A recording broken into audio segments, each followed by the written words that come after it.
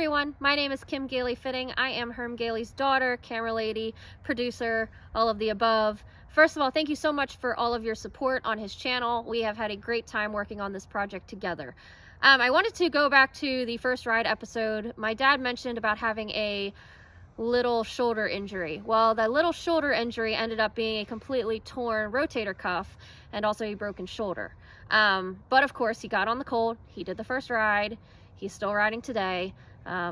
If you're a horse person, you know how that goes. But anyway, wanted to let you know, thought you might like to know, and I also knew that you wouldn't hear it directly from him. So enjoy our next episode, and thank you so much for watching.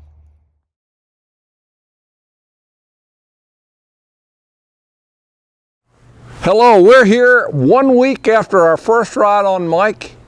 Actually 6 days after our first ride on Mike.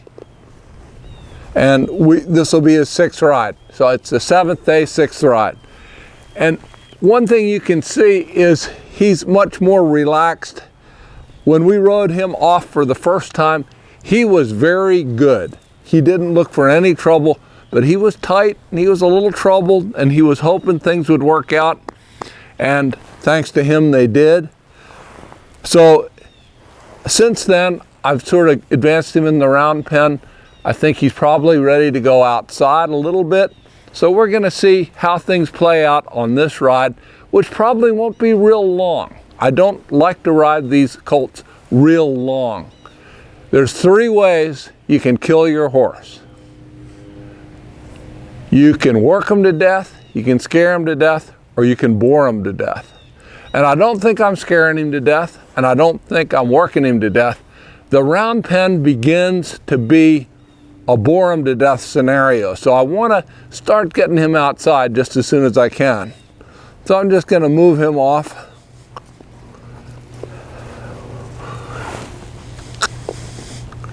So right now, he's got a little bit of that bored to death in him. He's walking off kind of sluggish. And believe it or not, a sluggish horse that's shutting down worries me more than one that wants to go forward too much. So I just want to keep him engaged. You can tell I'm a little more relaxed today. Also, I'm able to talk and won't have to do a voiceover. First ride, I just wanted to be there with him. This ride, I can split my attention a little bit.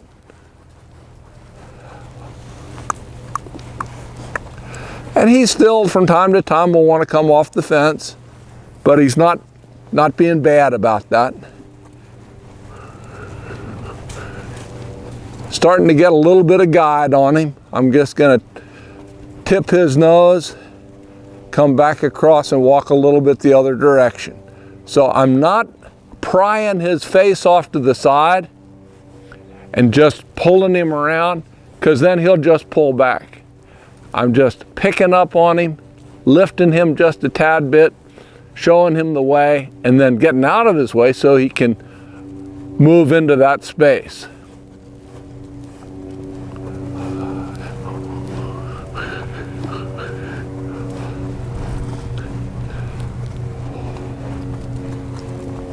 So to keep his mind engaged, I'm going to step him right up into a trot. I'm going to put a little pressure on him with my leg. If he doesn't go, then I'll use my rein to send him. So a squeeze and a send. And I am not getting, nor am I looking for, some Western pleasure-y trot. I want this pony moving along like he's going somewhere. And you can see he's trying to pull in. What I'll do when he pulls in is I'll just get after him in there in the center. See, he's going in there? Okay, well, I'm just going to chase him a little. Say, you know, there's a better place and it's out here. Goes back in. I'm just going to start chasing him. There's a better place and it's not in there. Because if all I do is hold him out, then I'll always have to hold him out. So I'm going to sort of show him that if he comes out here, things are going to work out a whole lot better for him. But see, he wants to go in, we're going to go in. And I'm just using that rein on him just very lightly. I mean, I don't know how he even feels it hardly, but it alerts him a little, and he says, maybe I better get on out. Maybe I ought to do something besides what I'm doing. So now I'm just going to steer him out, see if he'll let me steer him out, see if he'll hold that. If he comes off the fence a little, I'll steer him in, but I don't want to be helping him every stride. There, see, I can steer him back out now a little better.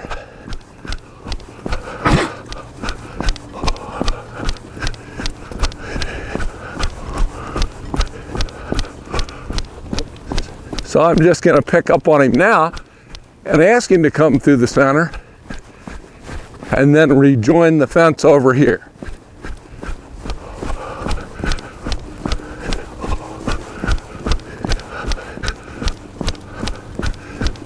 Pick up on him here very lightly. Head on across. Go back and rejoin the fence. Then I'm just going to quit riding, see if he can just find a stop. And then I'm just going to sit here, rub him and wiggle. Rub him and wiggle. Reach up, touch him up there. Reach him, touch him up there. Tip his nose. And he's moving a little bit, so I'll just hold him till he gets that motion out of him. That motion usually comes from either being troubled or being a little stiff. In his case, I think it's more being a little stiff. I'll tip him to the left. That's softer, but he still wants to move a little, so I'm just going to wait him out. Now, one thing I'll do a lot of times when I tip their face over, I may just reach up and give them a rub. And Clay O'Reilly, who's been watching and commenting, asked a good question. He said, what's this deal with rubbing over their eyes? Nothing magic to that. It's just something I tend to do day to day with my horses. They seem to like when you just rub across their eye. This is familiar. This is non-threatening. Maybe this takes them back to a quiet place when you're on their back. Then it's familiar to them from other times. See, and he's poking, so I'm going to say, don't poke so much. Don't poke. Don't poke. I don't even need him to trot, but I don't need him to poke either. See, and he wants to come in to the left, same as he did to the right. So I'll just massage him till he goes out to the fence. Massage him till he goes out to the fence.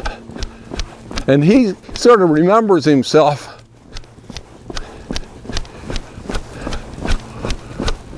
Feels like he wants to come in. I'll just send him. I'm not driving him out. I'm just aggravating him till he says, where can I go that that doesn't happen? And that would be out here. Gonna tip his nose, then release him. When he comes, I don't need to keep prying. Remember, that release is very important. Here you go. Moved him over. Now he's slack and he's going straight back to the fence. Got a little lost there.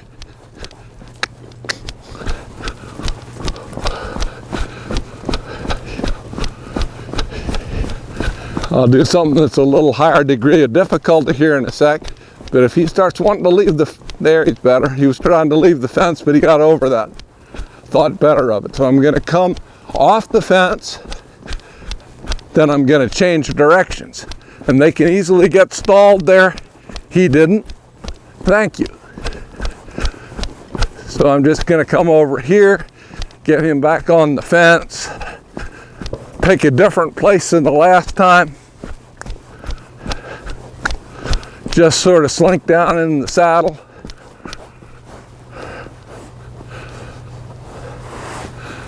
Let him come to a stop. Standing still is good. We all do too little just standing around. I'm awful glad I don't smoke, but this is probably where you could just sit here, smoke a cigarette like the old timers did, and that would give him about the time he needs to relax. Now, I've ridden some colts where you wouldn't want to strike a damn match on them. They'd hear snap and they'd jump the fence. It used to be a big deal with these real bronky colts that we hadn't done a lot of groundwork on, was getting them sneeze broke. You know, if you had to sneeze, and I used to get hay fever or something terrible, I'd be riding some bronky colt and I'd sneeze and they thought the devil had just landed on them. So it's nice to put a little bit of advanced handling on them so you don't have that kind of unusually galvanic reaction. Now see, he's poking, but he's willing to step up. There's a tendency to say, well, gee, he must be gentle, he wants to go so slow. Yeah, but bad things happen when they're going a little too shut down. Now I'm just going to slink down in the saddle again, ask him to stop, and out here where I've got room, I'm going to see if he can back up.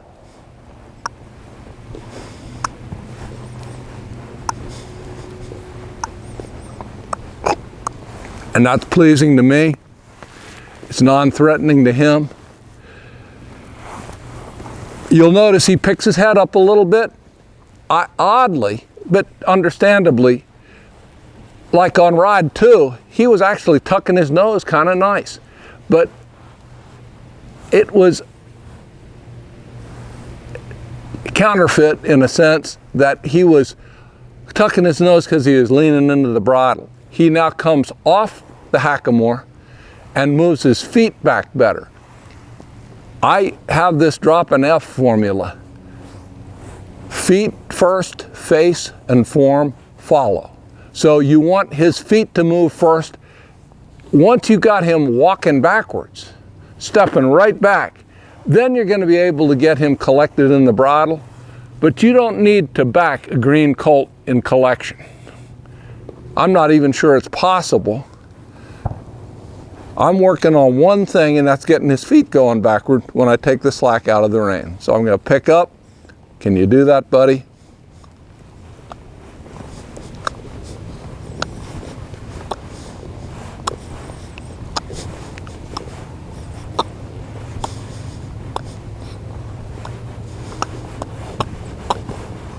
And I'm not taking an endless steady pull on him.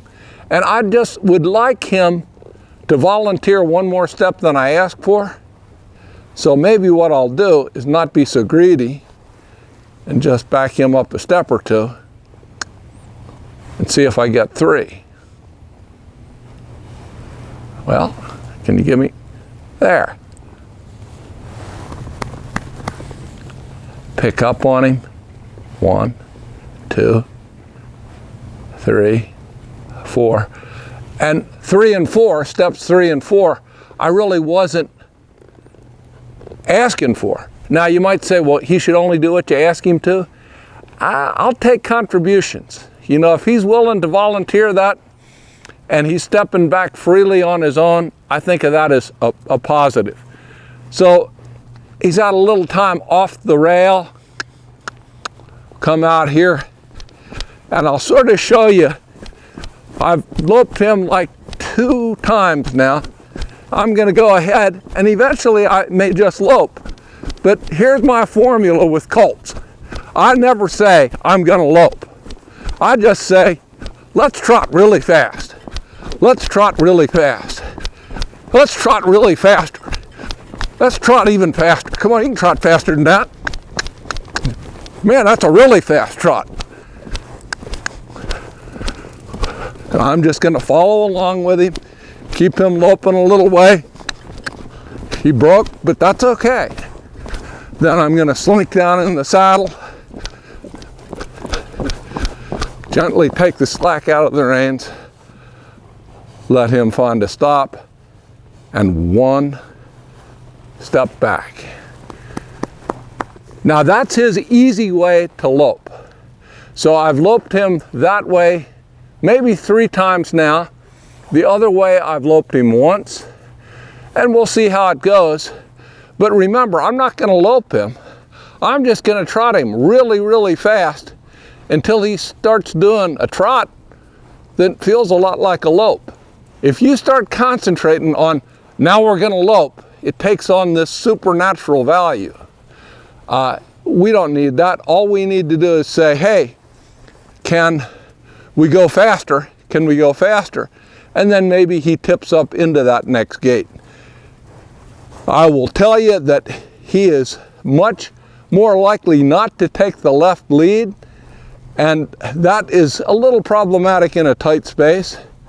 So I'm just going to step him up to a trot. And he feels like he needs to come in, so I aggravated him a little. And let's do a little bigger trot. Little bigger trot. Really big trot. Let's see, he took the wrong lead. I'm not troubled, but I am going to let him break. Get him in a little better position.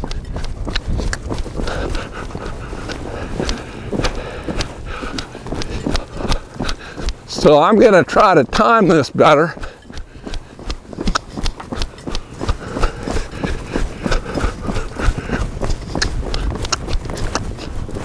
And get that left lead.